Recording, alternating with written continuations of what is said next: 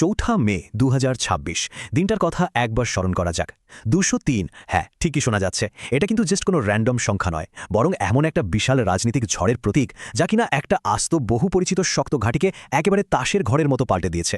এতদিন আমরা যে জায়গাকে শাসক দলের একদম দুর্ভেদ্য দুর্গ বলে জানতাম, সেখানে বিরোধী দল ২০৩খানা আসন নিয়ে এক অবিশ্বাস্য, বলতে গেলে একেবারে অভূতপূর্ব জয় ছিনিয়ে এনেছে। আজকের এই সম্পূর্ণ ব্যাখ্যামূলক বিশ্লেষণে সবাইকে স্বাগত জানাই।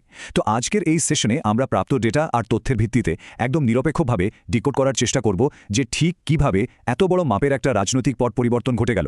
কোনো রাজনৈতিক দলের হয়ে কথা না বলে চলুন একেবারে সোর্স মেটেরিয়ালের গভীরে ঢুকে দেখে নিই এই বিশাল পরিবর্তনের নেপথ্যের আসল কারণগুলো ঠিক কী কী। ওকে, তাহলে চলুন সরাসরি মূল বিষয়ে প্রবেশ করা যাক। আজ আমরা ধাপে ধাপে মূলত ৬টা বিষয় নিয়ে আলোচনা করব। ঐতিহাসিক পট পরিবর্তন, যুব ও বেকারত্ব সংকট, মহিলা ভোটারদের সমীকরণ, সংখ্যালঘু ভোট বিভাজন, কিছু কৌশলগত মিসটেপ বা ভুল, আর সবশেষে আগামীর রূপরেখা। ব্যাস, এই ফ্রেমওয়ার্কের উপর ভিত্তি করেই আমাদের সম্পূর্ণ বিশ্লেষণটা এগোবে। আমাদের প্রথম সেকশন, ঐতিহাসিক পরিবর্তন। এই বিশাল শিফটটা বুঝতে হলে সবার আগে আমাদের কিন্তু ভোটারদের বেসলাইনটা একটু ক্লিয়ারলি বুঝে নিতে হবে। ২০২১ সালের ভোটের হিসেবটা একবার একটু ফ্ল্যাশব্যাকে গিয়ে দেখা যাক। শাসক দলের ৪৮% আর বিরোধী দলের ৩৮%। অনেকে কিন্তু সে সময় বিরোধী দলের এই ৩৮%কে খুব একটা পাত্তা দেননি, তাই না? কিন্তু এখানেই আসল টুইস্ট। এই যে ১০%-এর একটা গ্যাপ, এটাই ছিল সেই মজবুত ভিত যার উপর দাঁড়িয়ে পরবর্তী ৫ বছরে এই বিশাল পরিবর্তনের ইমারতটা গড়ে উঠেছে। টাইমলাইনটা একটু খেয়াল করলেই বিষয়টা পরিষ্কার হবে। ২০২১ সালের জয়ের পর ২০২৪ সাল থেকেই কিন্তু ভোটারদের মাইন্ডসেটে একটা বেশ স্পষ্ট পরিবর্তন আসতে শুরু করে। আর তারপর আসে ২০২৬ সালের নির্বাচন, যেটা একটা বিশাল বড় অনুঘটক হিসেবে কাজ করেছে। সোর্স থেকে পাওয়া তথ্য আমাদের বলছে, নির্বাচন কমিশনের একেবারে মিলিটারি লেভেলের কড়া নিরাপত্তার ঘেরাটোপে ভোট হওয়ায় সাধারণ মানুষ একদম স্বাধীনভাবে নিজেদের রায় ইভিএম মেশিনে প্রকাশ করতে পেরেছিলেন। আর এর ইম্প্যাক্টটা যে কতটা ডিপ ছিল সেটা তো রেজাল্টেই স্পষ্ট। এবার আমরা ঢুকছি আমাদের বিশ্লেষণের দ্বিতীয় স্তরে, যুব ও বেকারত্ব সংকট। এই অর্থনৈতিক স্থিরতা কিভাবে একটা বিশাল জনসমষ্টির ওপর মারাত্মক প্রভাব ফেলেছিল সেটাই এবার আমরা দেখব। আর এই পরিসংখ্যানগুলো খুব পরিষ্কারভাবে তুলে ধরছে যে গ্রাউন্ড রিয়ালিটি কতটা ভয়াবহ ছিল। এগুলো কিন্তু সরাসরি নিউজ মিডিয়ার রিপোর্ট। বিগত ৫ বছরের সরকারি চাকরির নিয়োগ বলতে গেলে প্রায় জিরো, আর যেটুকুও বা হয়েছে তার ৯০% বিরুদ্ধেই ভুরি ভুরি দুর্নীতির অভিযোগ। একবার চিন্তা করা যাক, ২৬,০০০ শিক্ষকের চাকরি বাতিল, ৩২,০০০ প্রাইমারি চাকরি আদালতের চক্করে আটকে পড়া, আর এর প্রতিবাদে রাস্তায় নামা শিক্ষকদের ওপর পুলিশের সেই লাঠিচার্জের দৃশ্য। এই সব কিছুই কিন্তু শিক্ষিত বেকার যুব সমাজের মনে একটা তীব্র, যাকে বলে একদম বারুদের মতো খুব জন্ম দিয়েছিল। এবার এখানকার বৈপরীত্যটা একটু লক্ষ্য করা যাক। একদিকে রাজ্যের ২১ থেকে ২৫ বছর বয়সী ১ কোটিরও বেশি বেকার যুবক যুবতীর কর্মসংস্থানের একটা বিশাল বড় সংকট, আর ঠিক তার বিপরীতে একেবারে শেষ মুহূর্তে সরকারের দেওয়া মাসিক ১৫০০ টাকার ভাতার অফার। সোর্স খুব ইন্টারেস্টিং একটা তুলনা টেনেছে এখানে। এই বিপুল বেকারত্বের ক্ষোভ কিন্তু অনেকটাই ২০১১ সালের সেই পরিস্থিতির কথা মনে করিয়ে দেয়, যখন ঠিক এরকমই বেকারত্ব আর জনরোষের কারণে পূর্বতন বামফ্রন্ট সরকারের পতন ঘটেছিল। ইতিহাস যেন বারবার ফিরে আসে, তাই না? আমাদের তৃতীয় সেকশন, মহিলা ভোটারদের ডাইনামিক্স। একটা সময় এই মহিলা ভোটাররাই ছিলেন শাসক দলের অন্যতম বড় শক্তি। তো ঠিক কিভাবে তাদের মনোভাব পুরোপুরি ঘুরে গেল সেটাই এই অংশে পরিষ্কার হয়ে যাবে। চলুন স্টেপ বাই স্টেপ দেখা যাক কিভাবে এই দ্বন্দ্বটা তৈরি হলো। লক্ষ্মীর ভাণ্ডারের মতো ওয়েলফেয়ার স্কিমগুলো শুরুতে মহিলাদের একটা বেশ ভালো রকম মানসিক নিরাপত্তা দিলেও গ্রাউন্ড লেভেলে বা বাস্তবের ছবিটা কিন্তু বেশ অন্যরকম ছিল।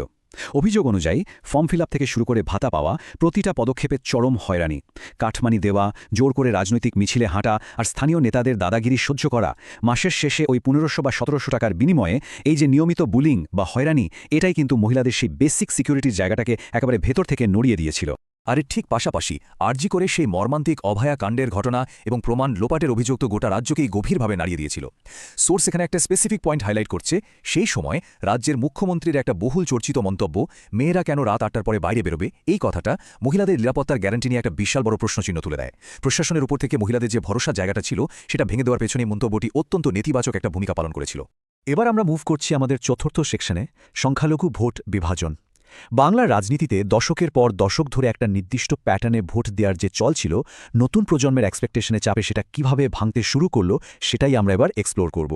এখানকার সবচেয়ে ইন্টারেস্টিং বিষয়টা হলো, প্রথাগতভাবে ইমাম ভাতা বা হজ সাবসিডির মতো সুবিধাগুলো দীর্ঘদিন ধরে দেওয়া হলেও বর্তমান চিত্রটা কিন্তু বেশ আলাদা।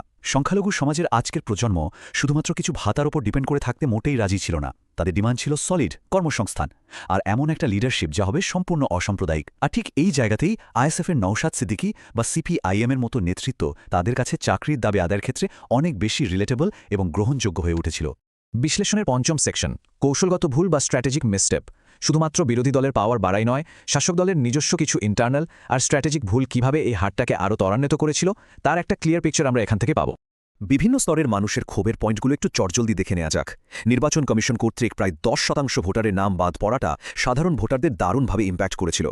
এরপর আসে সেই বিখ্যাত মেসি টিকিট স্ক্যাম। একবার ভেবে দেখা যাক যে অরাজনৈতিক যুব সমাজ নিজেদের কষ্টের জমানো টাকা দিয়ে ফুটবল দেখার টিকিট কেটেছিল, স্থানীয় নেতাদের ইন্টারফিয়ারেন্সের কারণে তাদের সেই স্বপ্ন তো ভাঙলই, উল্টে তারা মারাত্মকভাবে অ্যান্টি এস্টাবলিশমেন্ট হয়ে গেল।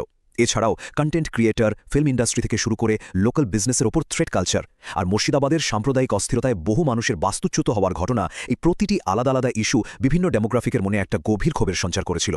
আর প্রচারের স্ট্র্যাটেজিতেও কিন্তু একটা বিরাট ডিফারেন্স চোখে পড়ার মতো ছিল। শাসক দল যেখানে মেইনলি নির্বাচন কমিশনের কড়াকড়ি, খাদ্যাভ্যাস বা হিন্দি আগ্রাসনের মতো ইস্যুগুলোতে ফোকাস করেছিল, সেখানে বিরোধী দল একেবারে ডাইরেক্ট অ্যাটাক করেছিল চাকরি চুরি আর দুর্নীতির মতো জ্বলন্ত ইস্যুগুলোকে হাতিয়া করে। সাথে অবভিয়াসলি ছিল তাদের হিন্দুত্ববাদী ন্যারেটিভ। এমনকি ইন্টারেস্টিং বিষয় হল, সরকারি কোষাগারের টাকায় জগন্নাথ মন্দির তৈরি করেও দুর্নীতির বিরুদ্ধে বিরোধীদের এই পয়েন্ট ব্ল্যাঙ্ক প্রচারকে শাসক দল কিন্তু কোনোভাবেই কাউন্টার করতে পারেনি। আমরা চলে এসেছি আমাদের আলোচনার একেবারে শেষ পর্যায়ে, দ্য রোড আহেড বা আগামীর রূপরেখা। এই এতক্ষণ ধরে আমরা যে ওভারআর্চিং ফ্যাক্টরগুলো নিয়ে কথা বললাম, সেগুলো আর তার সাথে দলের ভেতরের গভীর ফাটল কিভাবে এই ঐতিহাসিক রায়কে একেবারে সিলমোহর দিল, সেটা এবার সংক্ষেপে দেখে নেব। এত বিশাল একটা সাংগঠনিক কাঠামো থাকা সত্ত্বেও ইন্টারনাল উইকনেস বা অভ্যন্তরীণ দুর্বলতা কতটা ডেডলি হতে পারে তা একদম জলের মতো পরিষ্কার। যথেচ্ছ স্বজনপোষণ, দলের ভেতরে মারাত্মক লেভেলের গোষ্ঠীকন্দল, টিকিট বন্টন নিয়ে তীব্র অসন্তোষ, আর সবচেয়ে বড় কথা, নিচুতলার কর্মীদের মোটিভেশন একেবারে তলানিতে গিয়ে ঠেকা। এই ছোট ছোট ফাঁকগুলোই শেষমেশ একত্রিত হয়ে এমন একটা ফাটল তৈরি করেছিল যা রিপেয়ার করা সম্ভব হয়নি, আর সেটাই ডেকে আনলো এই অকল্পনীয় একটা পরাজয়। সবশেষে সোর্স মেটেরিয়াল থেকে উঠে আসা একটা অত্যন্ত প্রাসঙ্গিক এবং বড় প্রশ্ন দিয়ে আজকের এই এক্সপ্লেনারটা আমরা শেষ করব। যে প্রতিশ্রুতি আর ইস্যুগুলোকে সামনে রেখে এত বড় একটা ঐতিহাসিক পরিবর্তন এলো, নতুন সরকার কি সেই প্রতিশ্রুত শিল্পায়ন, কর্মসংস্থান আর অভ্যুত্থানের জন্য সত্যিকারের ন্যায় বিচার সুনিশ্চিত করতে পারবে? এই বিশাল পট পরিবর্তন আগামী দিনের রাজ্যের ভবিষ্যৎকে ঠিক কোন দিকে নিয়ে যাবে? এই ভাবনার জায়গাটা খোলা রেখেই আজকের বিশ্লেষণ আমরা এখানে শেষ করছি। সাথে থাকার জন্য